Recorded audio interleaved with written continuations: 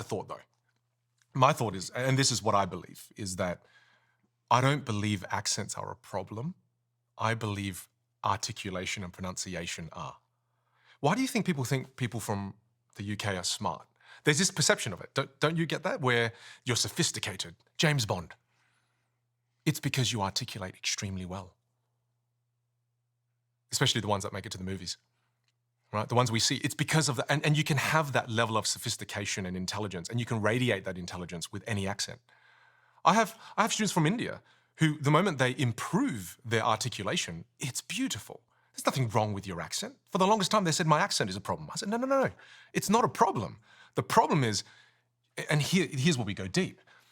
Your whole life, you've learned the mouth movements to speak the Indian language.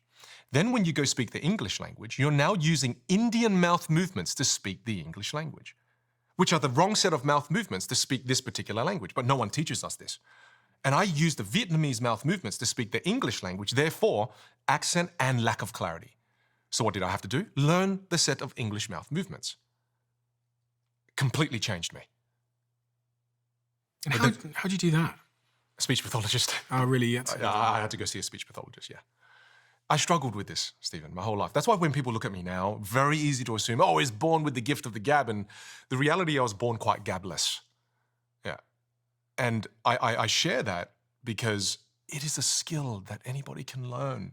When you say to me, you can't do this, you can't do that, to me, I hear, oh, Vin, I speak with my hands in my pockets and I'm stuck that way for the rest of my life. Take them out. Take it out. It's just a behavior. Yeah, I mean, when you told me that your English was your third language, yeah. I couldn't believe that.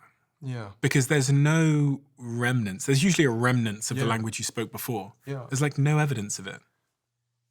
Because this has become the primary language that I speak the majority of the time now. But even so, yeah. My mother, she spoke in, I guess she's Nigerian, so she spoke Nigerian for her childhood, moved to the UK when she was, I think, late teen years, so maybe early 20s.